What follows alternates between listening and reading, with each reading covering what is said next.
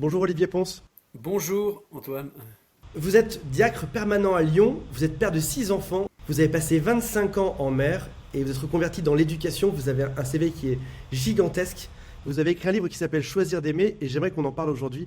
Juste avant de démarrer, vous me rappelez cette série qui s'appelait 7 à la maison dans les années 90-2000 avec un pasteur et on filmait leur quotidien, famille avec toujours une forme de belle morale derrière. Est-ce que votre famille est une source d'inspiration aussi? Je suis très heureux d'avoir eu beaucoup d'enfants. Je rêvais de ça, enfant. Quand mes copains jouaient au foot, au rugby, moi j'allais faire du babysitting. J'ai toujours aimé avoir un bébé dans les bras, être débordé par les enfants. Donc je suis ravi, on a eu cette chance-là avec Constance d'avoir 6 enfants. Et c'est vrai que c'était une source d'inspiration. C'était toujours le foutoir à la maison, mais beaucoup de joie. Je disais toujours, moi, le théâtre est dans la maison, on va pas au théâtre. La télé est autour de la table de la salle à manger. Pas besoin d'aller de regarder les séries américaines. Dernièrement, on a tout déconstruit. La société a déconstruit le couple, l'amour, même les relations intimes. Est-ce qu'aujourd'hui, il est temps de reconstruire? Peut-être qu'on a déconstruit les relations, mais que l'amour n'est pas mort. Rassurons-nous. Enfin, c'est-à-dire que l'amour, même quand il est malmené, il est résurgent en permanence. Il est trop fort pour disparaître totalement. Ce qui me semble, moi, c'est qu'on a effectivement peut-être abîmé les relations plutôt. Abîmé les relations au nom de la liberté, au nom de plein de choses, au nom de la déconstruction parfois, au nom de... Donc effectivement, il y a toute cette génération post-68 où on a voulu remettre à plat tout et du coup, on a un peu déconstruit, notamment le lien intergénérationnel. Du coup, il y a des jeunes couples qui se sont trouvés un peu perdus parce qu'on n'avait plus le repère des aînés peut-être. Et puis également, toute cette liberté a entraîné un abandon peut-être de certaines traditions, de certaines, alors j'aime pas le mot valeur, mais de certains repères qui évitent parfois aussi d'aller trop vite vers une séparation, vers une relation abîmée, voilà. Et donc peut-être que cette relation a été abîmée. L'amour est toujours là, enfin il est toujours, il demande à qu'à s'épanouir, c'est-à-dire qu'on a tous en nous une part, une capacité à aimer. Je dis toujours que l'amour c'est la plus grande énergie de la Terre, c'est plus fort que l'énergie nucléaire, c'est plus fort que l'énergie magnétique, c'est plus fort que toutes les énergies terrestres qui sont à l'intérieur de la Terre. L'amour est plus fort. Est-ce que vous avez l'impression que des brebis égarées, pour citer mon curé quand j'étais jeune, viennent vers vous aujourd'hui en recherche de repères et de réponses dans ce nouveau monde qui ressemble parfois un peu à un Far West amoureux? Oui, alors comme effectivement les repères ont été un peu perdus, je disais avec ces liens qui se distendent entre générations, des repères aussi spirituels, moraux, etc. Donc effectivement, il y a pas mal de jeunes couples qui viennent nous voir, ou de jeunes tout court, qui demandent à se faire accompagner spirituellement, ou plus humainement dans le couple. Hier soir, on était avec Constance, on a accompagné 4 couples qui voulaient qu'on leur parle de sexualité, voilà. Comment vivre sa sexualité dans ce monde où la sexualité est un peu bradée, où on cherche la performance, 50% des hommes mariés sont sur des réseaux de rencontres, quelque part on se met en danger C'est vrai. très très vite. Et ils voulaient qu'on leur parle tout simplement, comment vous avez vécu, vous, 35 ans de sexualité, quels ont été vos petits trucs, quels ont été votre façon de faire que la sexualité soit vraiment une fête et qu'à la fois puissiez rester fidèle dans ce bel amour qu'on a réussi, pas facilement, hein, mais à tenir en tout cas. Je crois il y a effectivement des besoins d'être accompagnés. Voilà, c'est ça qui me frappe. Moi, les jeunes demandent, enfin, plutôt les jeunes, parce que moi j'accompagne plutôt des jeunes, 20, 30, 40 ans, ils ont besoin d'être guidés, accompagnés. Les grands-parents sont loin, alors nous on est la génération au-dessus, ils viennent nous voir, ils nous disent alors comment vous faites? C'était vraiment ça hier soir. On pourrait avoir un constat de surprise à se dire qu'est-ce que les plus âgés peuvent apprendre aux plus jeunes aujourd'hui? Qu'est-ce qui fait qu'aujourd'hui ils se tournent vers nous ou qu'est-ce qui fait que vous vous tournez vers eux? Ouais. On est de générations différentes, on est de pensées différentes. C'est un peu l'illusion de cette période post-68 où on a tout déconstruit. On a dit on n'a plus besoin des anciens. En Occident, hein, ce qui n'est pas le cas en Afrique, en Amérique du Sud, moi j'ai beaucoup voyagé, c'est propre à l'Occident. Mais en faisant fi de la génération de dessus, on se retrouve perdu parce que en fait, toutes les sociétés humaines, nous sommes que des pâles imitateurs de nos aînés. On imite toujours quelqu'un. L'humanité, elle existe depuis des années et des années. Dans la Bible, il est écrit que les hommes vivaient déjà jusqu'à 80 ans et on croit qu'on vit plus vieux aujourd'hui. Mais non, c'est pas vrai. On s'est gavé un peu d'illusions de croire qu'on était la plus belle société du monde, qu'on maîtrisait tout. en Occident. Il y a une espèce d'erreur, je pense, en tout cas d'orgueil à vouloir tout maîtriser. Et donc, du coup, quand on a la modestie de réaliser que non, finalement, peut-être qu'on aurait besoin de... on se retourne vers les plus âgés. Et la deuxième chose, c'est que nous-mêmes, je pense qu'on est fautifs, enfin ma génération, c'est-à-dire qu'on se dit, comme on voulait laisser la liberté, on s'est mis à se taire. Et dire, mais non, mais c'est la génération, tu comprends, il fera comme il veut. Sauf que c'est un peu irresponsable, je trouve quand même. Moi, quand je vois un jeune qui est perdu, qui a 30, 35 ans, qui ne sait plus comment faire, qui aime une fille, mais qui ne sait pas s'il ne faut pas s'engager, etc. Si je faisais rien, je lui disais rien, je serais comme un marin qui ne ramasse pas une personne en danger. Donc, quelque part, on est fautif aussi, notre génération. Donc, c'est dans les deux sens. Nous, engageons-nous à transmettre. Ça ne veut pas dire que je sais tout de comment vit un jeune de 25-30 ans. C'est évidemment un petit peu différent. Mais ce n'est pas fondamentalement différent dans la relation. L'amour, c'est universel et intemporel. Quand on lit les Grecs, quand on lit les poèmes du Moyen-Âge, c'est la même chose que ce qu'on vit aujourd'hui. C'est éternel, quoi. Le Cantique des Cantiques dans la Bible, c'est éternel, quoi.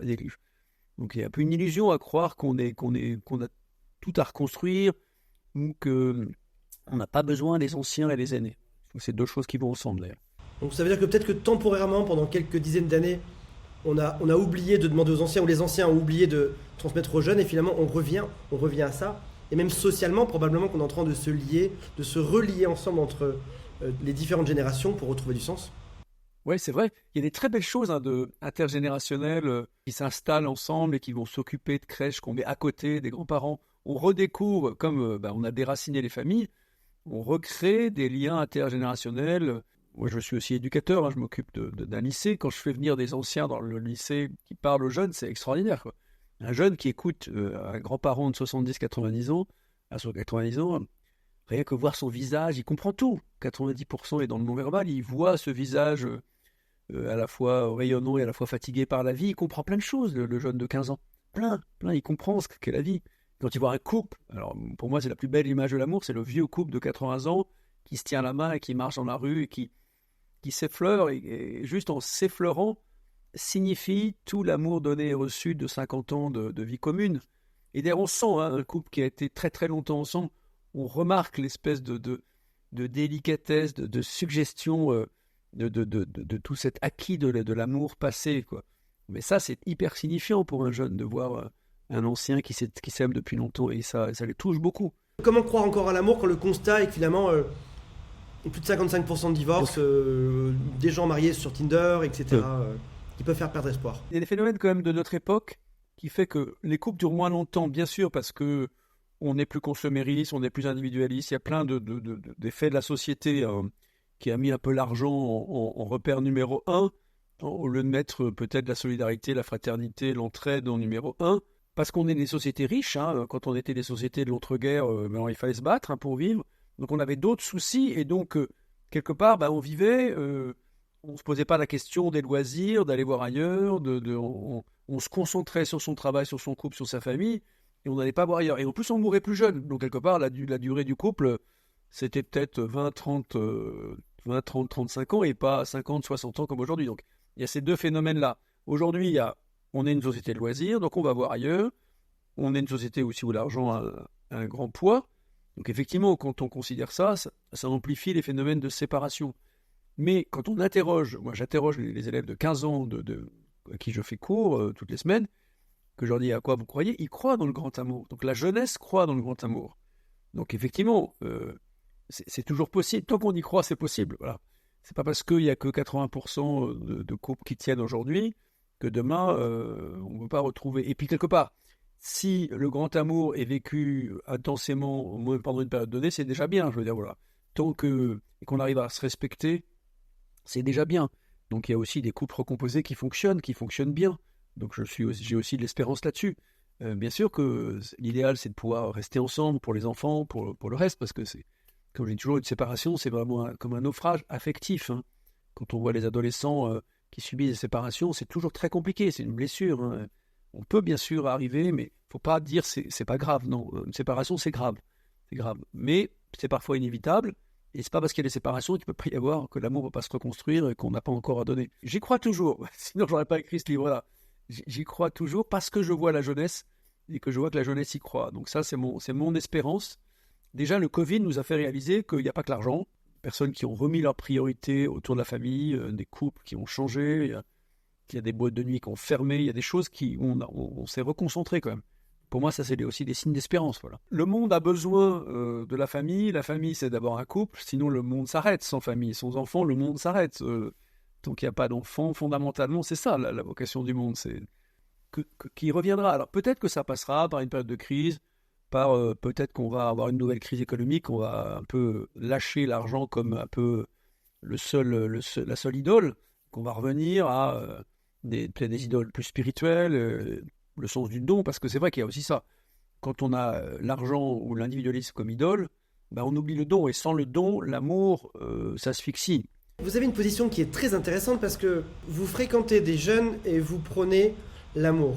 Les jeunes, pour le public, dont moi, est décrit de plein de manières différentes. Dans certains articles, on va nous dire ce sont des gens qui ont des mœurs débridées, qui font l'amour à plusieurs, ils ont plus de règles. Après ça, on va nous dire aussi ce sont des gens qui ne veulent plus faire d'enfants. Pourquoi est-ce qu'on a autant de mal à les décrire?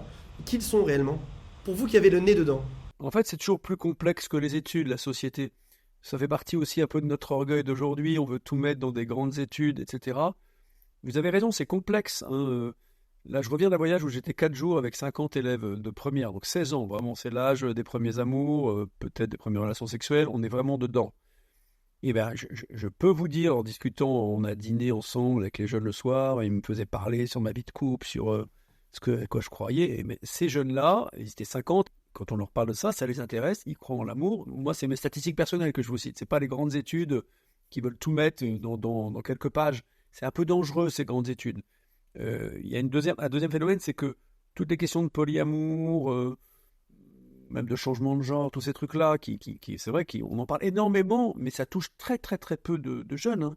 Moi, j'ai 1500 élèves dans mon lycée, j'ai un ou deux jeunes qui est touché par ça, ou peut-être 3. Donc, il faut aussi relativiser ce qui est dit dans les médias et la réalité de la société.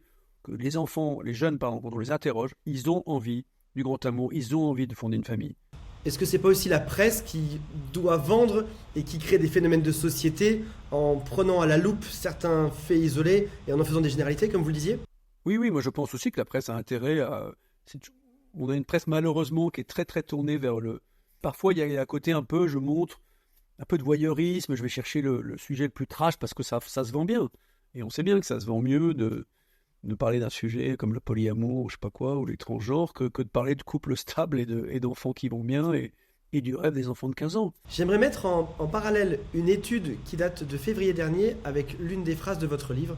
Selon l'étude IFOP, publiée en février 2024, les jeunes de 18-24 ans déclarent n'avoir eu aucun rapport en l'espace d'un an. Donc ça, c'est ce qu'on dit juste avant. Un autre rapport IFOP aussi dit qu'un quart des personnes en couple n'ont pas ou plus d'intimité physique. Donc, qu'on soit célibataire, jeune, vieux ou en couple, jeune et vieux, on voit qu'il y a moins d'activité dans l'intimité. Et dans votre livre, vous parlez de la concurrence avec les écrans et notamment de la pornographie. Ouais. Est-ce que l'un dirige directement vers l'autre? Oui, je pense que les deux sont liés.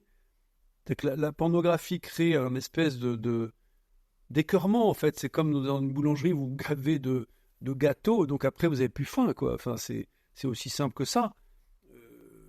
Parce que la pornographie, qu'on dit les choses clairement, c'est la masturbation. Hein.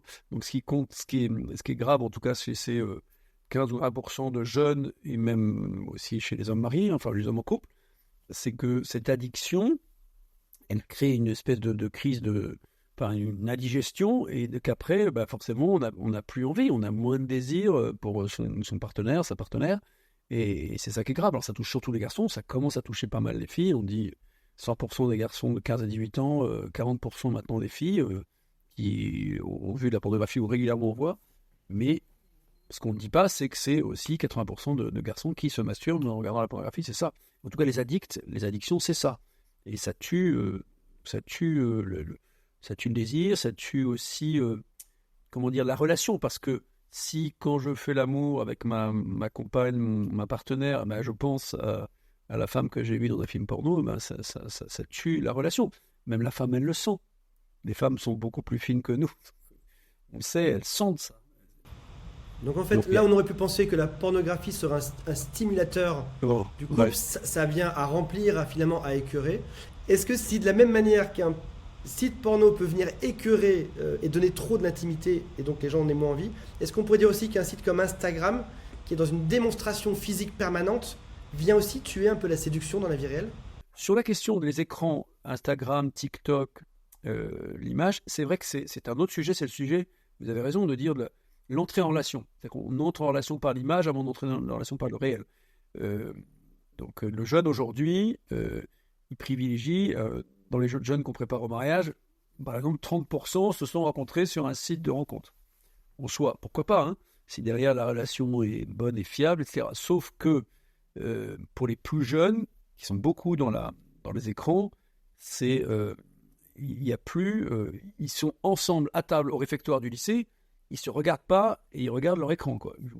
Moi, quand je vois ça, je leur fais ranger leur téléphone, je leur dis, tu répètes 3 fois après moi, je ne suis pas un porte-téléphone, je vaux mieux que mon téléphone. Ça les fait rire et on a mis en place l'interdiction du téléphone au réfectoire parce qu'ils se parlaient plus. Donc la relation virtuelle avait supplanté la relation réelle. On parlait de séduction tout à l'heure, l'entrée en relation commence par la parole, c'est-à-dire que la première séduction, la première rencontre, elle se fait dans les mots et dans l'écoute, avant même que les corps se touchent ou que les corps se sentent, se respirent.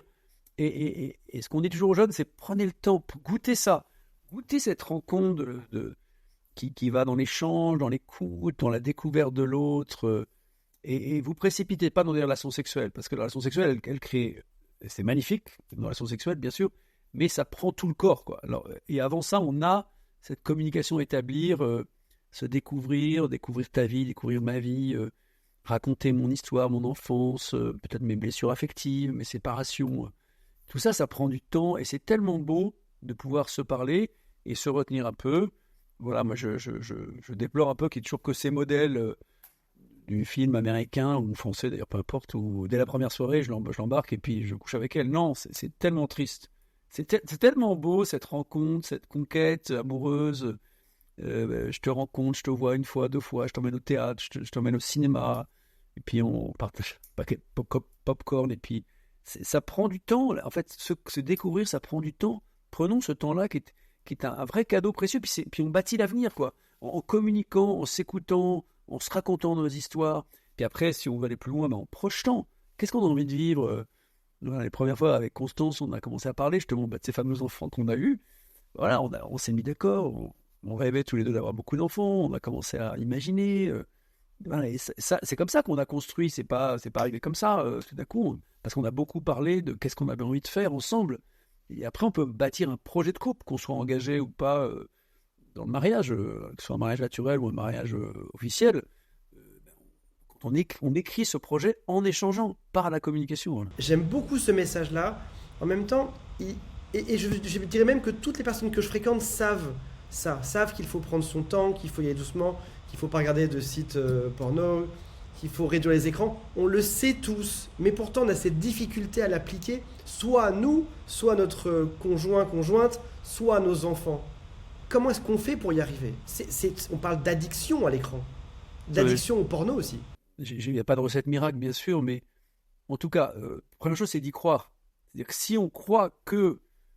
donc c'est pour ça qu'il faut en parler. Par exemple, que la pornographie, c'est vraiment mauvais, c'est néfaste pour la relation, sans bien sûr dire je suis foutu parce que je suis dans la pornographie, mais en tout cas, traiter la question, déjà si on en parle, si on arrive à dire à tout le monde, attention aux écrans, c'est super, on a WhatsApp, c'est génial, bien sûr pour la relation, mais arrêtons, même nous, adultes... posons nos téléphones, même à ma génération, moi il faut que je fasse attention, c'est un débat en couple, hein. Pose ton téléphone s'il te plaît, arrête, on puisse parler ensemble. Donc il faut qu'on en parle, qu'on dise attention à la pornographie, attention aux écrans, et ensuite, ce qui peut-être peut nous aider, c'est de décélérer. Moi je pense qu'il crée comment dire, dans l'écran ou dans la pornographie, une espèce de quelque chose de pulsionnel ou d'addictif, parce qu'on est toujours pressé, et peut-être que si on décélérait, qu'on apprenait à se poser, parler justement, à se balader, à regarder la nature, ça nous aide à nous désaddicter, déshabituer à ces écrans. Le réel nous aide à à revenir à une vraie relation saine. Je reprends foi en l'être humain depuis quelque temps. Les gens fumaient beaucoup en France. Aujourd'hui, on en voit de moins en moins dans la rue. Les gens ont découvert grâce à Internet, grâce aux études, que c'était mauvais. Et là où les gens disaient on fait ce qu'on veut de notre vie, finalement, on leur a dit renseignez-vous, documentez-vous, c'est mauvais pour votre santé. Et les gens ont arrêté. C'est-à-dire que les gens ont cette capacité à arrêter les choses qui sont néfastes pour eux. L'alcool, on est dans un pays qui est quand même, dans nos coutumes, on est très en lien avec l'alcool, le vin à table, etc. Et il s'avère que des mouvements américains ont démarré il y a quelques années de ça, qui débarquent en France aujourd'hui, où les jeunes disent mais on nous a jamais dit que c'était un poison, que ça nous rend malades, qu'on perd notre santé, qu'on se détruit, et on arrête. Et c'est marrant parce que le français de base dit je fais ce que je veux, je peux fumer, je peux boire, etc. Mais finalement, on finit par réduire. On va aller dans les années qui viennent à boire de l'alcool de moins en moins. On fume moins, on boit moins. L'être humain est capable de prendre conscience de choses et de les améliorer. Et je pense qu'on parle d'addiction au téléphone qui semble comme une forme de fatalité, là où j'ai repris foi depuis quelque temps en l'être humain qui est capable de changer quelque chose qui est néfaste pour lui. L'être humain n'est plus victime de ce qui lui arrive, il est capable de prendre des bonnes décisions. Est-ce que vous avez cette même pensée que moi ? Oui, oui, c'est très juste votre analyse. Moi, j'ai confiance dans le fait que, et je suis très en colère, par exemple, contre la pornographie. Parce qu'on ne fait rien, parce que nos députés, nos hommes politiques n'avancent pas sur les lois, parce qu'eux-mêmes, ils sont liés. C'est comme la drogue, c'est comme la prostitution. Il y a tellement d'argent derrière qu'on ne fait rien. Et de fait, il va falloir qu'on sorte du bois pour dire, comme le tabac, le cancer, comme l'alcool, que dire la pornographie, ça tue la relation amoureuse, ça tue le désir, donc quelque part ça tue les couples, c'est très mauvais. Mais pour l'instant, on ne le dit pas clairement, on n'ose pas le dire. C'est pire que ça, même pendant le Covid, j'étais extrêmement choqué. La ministre Schiappa a annoncé dans les premières semaines, on va donner l'accès gratuit au site porno pendant... Enfin, comme si on donnait au peuple les bêtes, quoi. Enfin, pour que le peuple se déchaîne. Enfin, c'est honteux. Donc là, il y a vraiment quelque chose à faire, comme pour l'alcool. Vous avez tout à fait raison. Et vous avez raison. Si on l'a fait pour l'alcool, on va le faire pour la pornographie et on va le faire aussi pour l'éducation au téléphone. Pour l'éducation au téléphone. Je suis d'accord. Peut-être de façon plus flagrante pour le porno. Et alors, moi, j'ai espoir. Je vois mes fils. J'ai 2 fils qui ont 21 ans, 22 ans. C'est des sujets qu'ils abordent entre eux. Ils s'allient pour ne pas tomber dans le porno. Ils en parlent. Et pour résister. Donc, ils commencent à entrer en résistance. Je pense que chez les jeunes Américains, c'est pareil. Donc, il y a des associations qui se montrent comme We Are Lovers. Les jeunes, We Are Lovers, c'est des jeunes qui font des témoignages sur leur addiction au porno, qui disent comment s'en sortir. Et en tant que franchouillard, je vous avouerai qu'à chaque fois que quelqu'un me fait une étude qui vient changer les comportements, je dis mais laissez faire aux gens ce qu'ils veulent. Et puis on réalise qu'en fait, on est plus heureux, on parlait de la cigarette et l'alcool, mais il s'avère aussi que ça arrive de plus en plus en France, tous ces mouvements qui sont contre le porno. En tant que franchouillard, on dit mais on fait bien ce qu'on veut, laissez-nous tranquilles, sauf qu'en fait on découvre que tout d'un coup, on pensait être libre de faire ce qu'on voulait, et on peut devenir le ringard qui n'a pas compris que ça venait nuire à sa vie. Et le mouvement change, et la population change. Et en effet, il y a beaucoup de vidéos qui parlent de ça, des analyses qui sont faites, des études qui sont très récentes, psychologiques, qui montrent qu'il y a plus de bonheur à ne pas voir de porno. Vous avez raison, on peut croire on peut espérer, mais il faut que tous on soit là à le dire, attention, et qu'on réponde quelque part cette bonne parole. Et puis il y aura une autre addiction qui va naître, je ne me fais pas d'illusions, mais parce que l'homme est comme ça.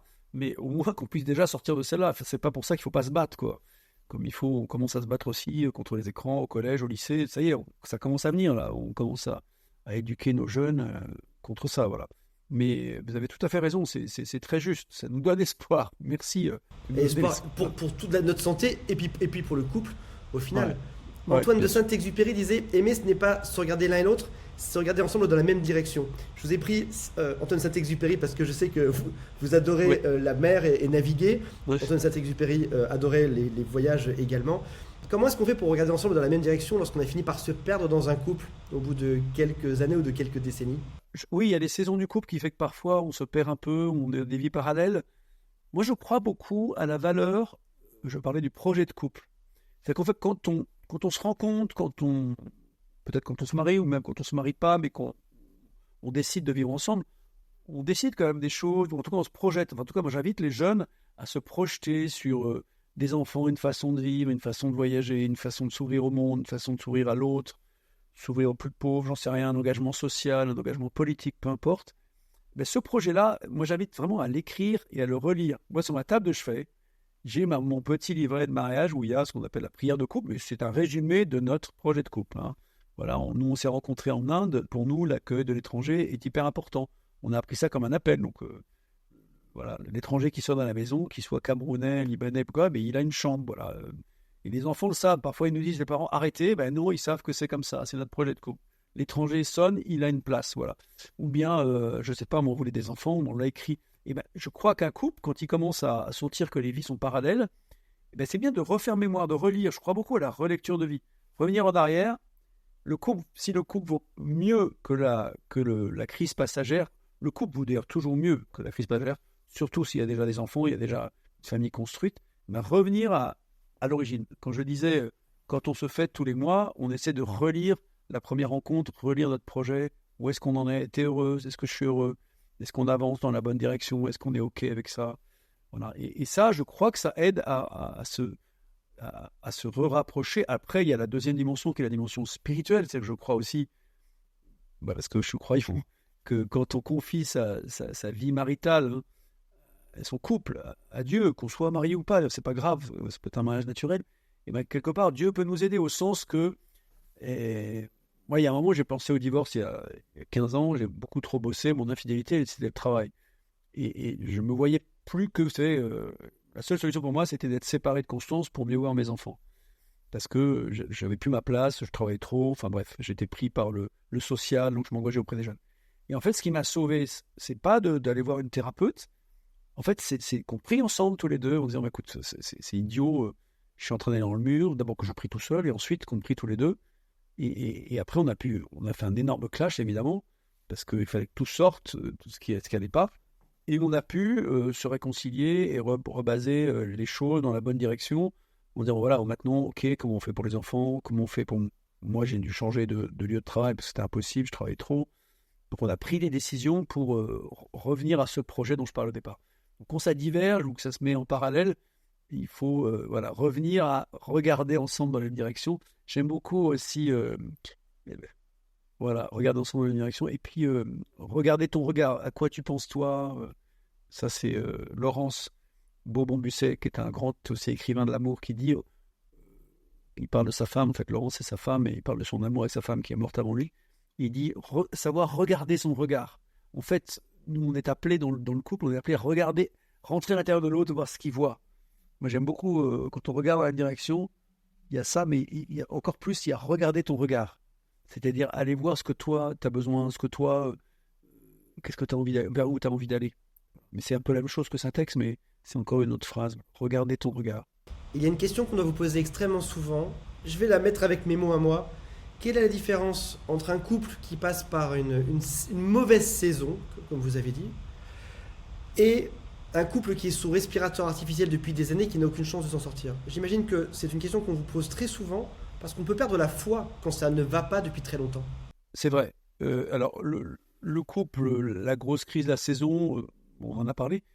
Ce que vous appelez le respirateur artificiel, c'est oui, le couple qui tient par principe, ou, même s'il n'y a plus de relation, il n'y a plus de relation sexuelle, il n'y a plus de tendresse, il n'y a plus de mots doux, voilà. Là, moi j'encourage à aller voir une thérapeute, hein, ma femme est thérapeute, mais donc j'encourage à aller voir un thérapeute pour quand même essayer de revenir. Mais là, tout seul, c'est trop difficile. Quand il y a 10 ans, par exemple, sur sexualité, ou même à partir d'un ou 2 ans, ça commence à devenir dangereux. Enfin, même 6 mois, c'est dangereux à mon avis. Parce que la sexualité, c'est ce qui unifie le couple. Hein. Et tout le reste, bien sûr, c'est d'aller voir le plus tôt possible un thérapeute. Parce que là, on ne peut pas tout seul. Quand il y a trop de non-dits, et que, comme vous dites, on tient parce qu'il faut tenir pour les enfants, pour la société, pour le travail, pour la tradition, il faut vraiment se faire aider, quoi.